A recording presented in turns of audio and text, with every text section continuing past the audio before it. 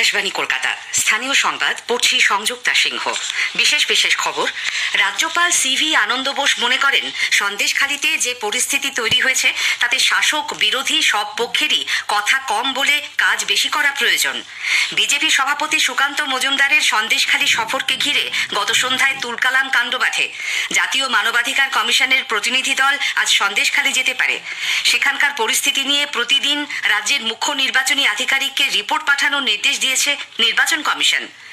দার্জিলিং, তরাই, ডুয়ার্সের 16টি বন্ধ চা বাগানের শ্রমিকদের আর্থিক সহায়তা দেবে রাজ্য সরকার। আসছি বিস্তারিত খবরে। রাজ্যপাল সিভি আনন্দ বোস মনে করেন সন্দেশখালিতে যে পরিস্থিতি তৈরি হয়েছে তাতে শাসক বিরোধী সব পক্ষেরই কথা কম বলে কাজ বেশি করা প্রয়োজন।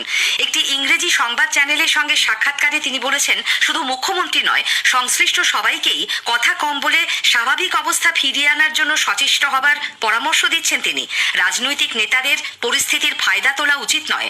সন্দেশখালির বাসিন্দাদের মনে আস্থা ফেরাতে পলাতক তৃণমূল কংগ্রেস নেতা শেখ শাহজাহানকে গ্রেপ্তার করা জরুরি বলেও মনে করেন রাজ্যপাল। তিনি বলেন, সেখানকার মানুষ শান্তি চায় সম্মানের সঙ্গে জীবনযাপন করতে, কিন্তু এখনকার পরিস্থিতি তার অনুকূল নয়।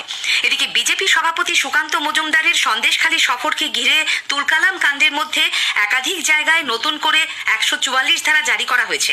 প্রশাসন সূত্রে জানা গেছে, সন্দেশখালির 5টি জায়গায় গতকাল পর্যন্ত 144 ধারা জারি ছিল। তার সঙ্গে যুক্ত হয়েছে আরও 5টি জায়গা। আজ পর্যন্ত এই নিষেধ বিধি বলবৎ থাকছে।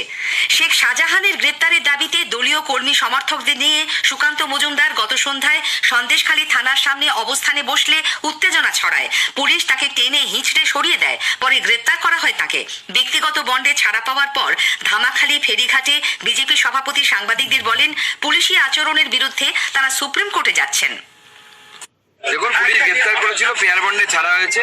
আমাদের বিক্ষোভ একটাই দাবি ছিল যে শেখ শাহজাহানকে গ্রেপ্তার করতে হবে। এই দাবি নিয়ে আমরা গণতান্ত্রিক পদ্ধতিতে শান্তিপূর্ণভাবে আন্দোলন করছি। পুলিশ বিনা প্ররোচনায় যে ধরনের আচরণ করেছে, এই ধরনের আচরণ গণতন্ত্রে কাম্য নয়।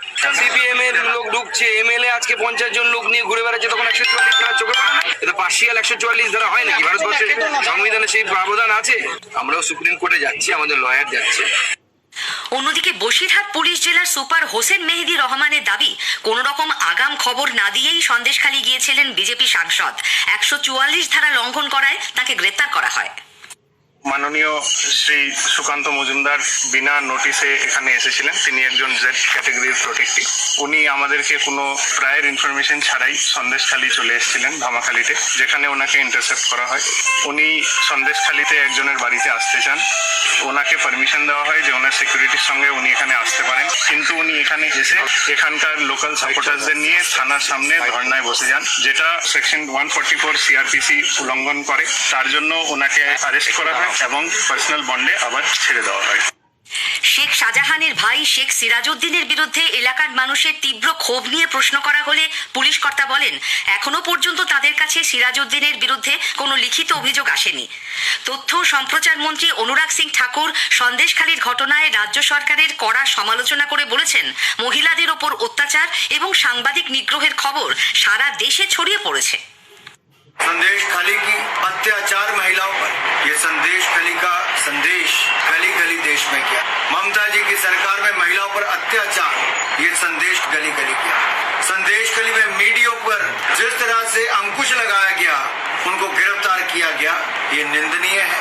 ये नहीं होना चाहिए। फ्रीडम ऑफ प्रेस को बनाए रखना ये ममता जी की सरकार की जिम्मेदारी है, हर राज्य की सरकार की जिम्मेदारी, क्योंकि कानून व्यवस्था उनकी जिम्मेदारी। मैं इतना ही कहूंगा, ऐसे और कोई घटनाएं सामने ना आए, पश्चिम बंगाल की मुख्यमंत्री सुनिश्चित करें। পুলিশ, স্থানীয় প্রশাসন এবং তৃণমূল কংগ্রেস মিলে সন্দেশখালিকে অপরাধীদের মুক্তাঞ্চল করে তুলেছে বলে সিপিআইএম রাজ্য সম্পাদক মোহাম্মদ সেলিম অভিযোগ করেছেন। গতকাল বর্ধমানে তিনি সাংবাদিকদের সঙ্গে কথা বলছিলেন। রাজ্য সরকার অপরাধীদের সরকার হয়েছে, পুলিশ অপরাধীদের পাহারা দিচ্ছে। তারা গিয়ে দেখেছে যাতে অপরাধের জগৎ ঠিকমতো চলে। স্মাগলিং, ঘর চুরি, টাকা চুরি, তার সঙ্গে জমি চুরি, পুকুর চুরি, এসব ব্যবস্থাতে হয়। আজকে দাঁড়িয়ে মানুষকে কেন আইন নিজের হাতে তুলে নিতে হচ্ছে? কারণ রক্ষক যদি ভক্ষক হয় তখন মর্তা ক্যা নেই কর্তা। এদিকে সন্দেশখালির মানুষের অভাব অভিযোগ শুনতে প্রশাসনের উদ্যোগে চলা শিবিরগুলিতে জমি জবরদখল করে ভেড়ি তৈরির বেশ কিছু অভিযোগ এসেছে। এ পর্যন্ত অভিযোগকারী 9 জন গ্রামবাসীকে জমি ফিরিয়ে দিয়েছে প্রশাসন। এলাকার মানুষের কাছে গিয়ে গতকাল বিক্ষোভের মুখে পড়েন স্থানীয় তৃণমূল কংগ্রেস বিধায়ক সুকুমার মাহাতো। 100 দিনের কাজের টাকা কেড়ে নেওয়া, গভীর রাতে মহিলাদের পার্টি অফিসে ডেকে পাঠানোর মতো বিভিন্ন অভিযোগে তার সামনে সরব হন গ্রামবাসীরা।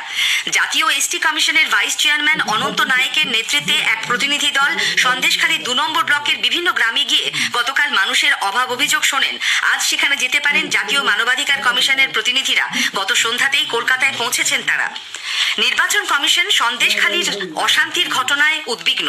রাজ্যের মুখ্য নির্বাচনী আধিকারিককে সেখানকার পরিস্থিতি নিয়ে রোজ রিপোর্ট পাঠাবার নির্দেশ দিয়েছে তারা। সেই মতো মুখ্য নির্বাচনী আধিকারিক ডক্টর আরিজ আফতাব প্রতিদিন সিআরপিএফ এর নোডাল অফিসার বি.কে. শর্মার সঙ্গে বৈঠক করে বিকেল 5টার মধ্যে কমিশনের কাছে রিপোর্ট পাঠাচ্ছেন।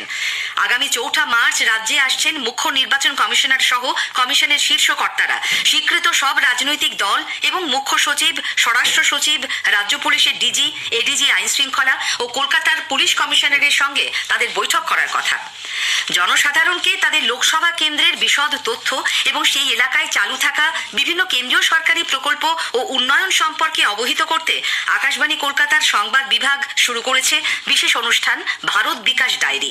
প্রতিদিন রাত 8:50 গীতাঞ্জলি প্রচার তরঙ্গে শুনুন 10 মিনিটের এই অনুষ্ঠান। এছাড়াও অনুষ্ঠানটি সরাসরি শোনা যাচ্ছে আমাদের সোশ্যাল মিডিয়ায়। আজকের প্রতিবেদনে থাকছে কোচবিহার লোকসভা কেন্দ্র। রাজ্য সরকার উত্তর দিনাজপুরের চোপড়ায় মাটি চাপা পড়ে মৃত 4 শিশুর পরিবারকে অর্থ সাহায্য দেওয়ার সিদ্ধান্ত নিয়েছে।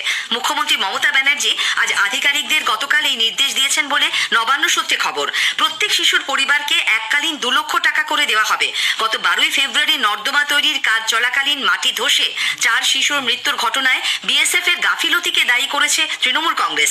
মুখ্যমন্ত্রীর নির্দেশে গত সোমবার চোপড়ায় যান মন্ত্রী চন্দ্রিমা ভট্টাচার্য ও গোলাম রব্বানী। পরের দিন চোপড়ায় গিয়ে মৃত 4 শিশুর পরিবারের সঙ্গে দেখা করেন রাজ্যপাল সিভি আনন্দ বোস।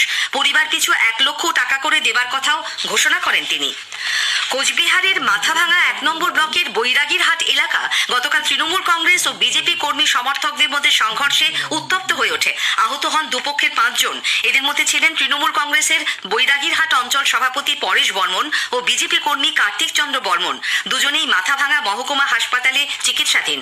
আহত আরও 3 বিজেপি কর্মীকে প্রাথমিক চিকিৎসার পর ছেড়ে দেওয়া হয়। পরেশ বর্মনের অভিযোগ, 100 দিনের কাজের সহায়তা শিবিরে যাওয়ার পথে আচমকাই তার ওপর চড়াও হয় বিজেপির লোকজন। ভোটের আগে বিজেপি এলাকা উত্তপ্ত করার জন্য পরিকল্পিতভাবে হামলা চালায় বলে তার দাবি। অন্যদিকে বিজেপির কোচবিহার জেলা কমিটির সদস্য দীনেশ বর্মনের পাল্টা অভিযোগ, রবিবার দলের কয়েকজন কর্মী এলাকায় চাঁদা তুলছিলেন, সেই সময় তৃণমূল কংগ্রেসের লোকেরা তাদের উপর হামলা চালায়।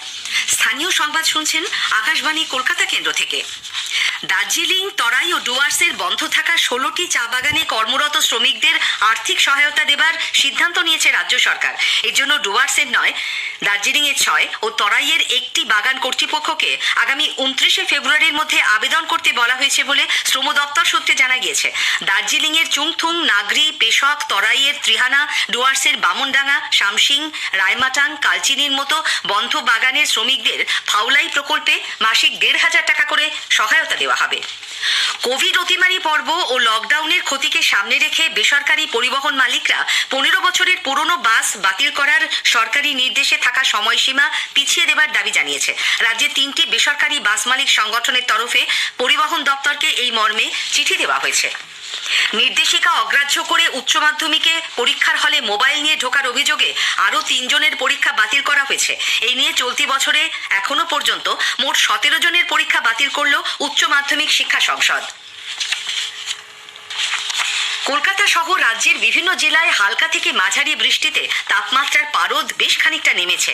আজ সকালে শহরের সর্বনিম্ন তাপমাত্রা রেকর্ড করা হয়েছে 20.6 ডিগ্রি সেলসিয়াস, স্বাভাবিকের চেয়ে 1 ডিগ্রি কম। গতকাল যা ছিল স্বাভাবিকের 4 ডিগ্রি ওপরে। আগামী 24 ঘন্টায় দক্ষিণবঙ্গের উপকূলবর্তী কয়েকটি এলাকায় বৃষ্টি হতে পারে। উত্তরবঙ্গের দার্জিলিং, কালিম্পং, জলপাইগুড়ি, আলিপুরদুয়ার ও কোচবিহার জেলায় বৃষ্টির পূর্বাভাস রয়েছে। কলকাতায় আজ সকাল থেকেই আকাশ মেঘাচ্ছন্ন। আইএসএল ফুটবলে জামশেদপুর এফসি 2-1 গোলে ইস্টবেঙ্গলকে হারিয়ে দিয়েছে। জামশেদপুরে গতকালের ম্যাচে বিরতিতে ইস্টবেঙ্গল নন্দকুমারের দেওয়া গোলে এগিয়ে ছিল। জামশেদপুরের পক্ষে গোল করেন রেই তাচিকাওয়া ও জেরেমি মানজেরো। ইস্টবেঙ্গল 15টি ম্যাচে 15 পয়েন্ট নিয়ে লিগ তালিকার 8ম স্থানে রইল। 6ষ্ঠ স্থানে থাকা জামশেদপুর এফসির পয়েন্ট 20। ইস্টার্ন রেল 41তম সিনিয়র রাজ্য বাস্কেটবলে মহিলাদের খেতাব জয় করেছে। গতকাল ফাইনালে তারা 57-31 পয়েন্টে রাখি সংঘকে হারিয়ে দেয়। শেষ করার আগে স্থানীয় সংবাদের বিশেষ অংশ আরেকবার। রাজ্যপাল সিভি আনন্দ বোস মনে করেন সন্দেশখালিতে যে পরিস্থিতি তৈরি হয়েছে তাতে শাসক বিরোধী সব পক্ষেরই কথা কম বলে কাজ বেশি করা প্রয়োজন। সেখানকার পরিস্থিতি নিয়ে প্রতিদিন রাজ্যের মুখ্য নির্বাচনী আধিকারিককে রিপোর্ট পাঠানোর নির্দেশ দিয়েছে নির্বাচন কমিশন। স্থানীয় সংবাদ শেষ হলো।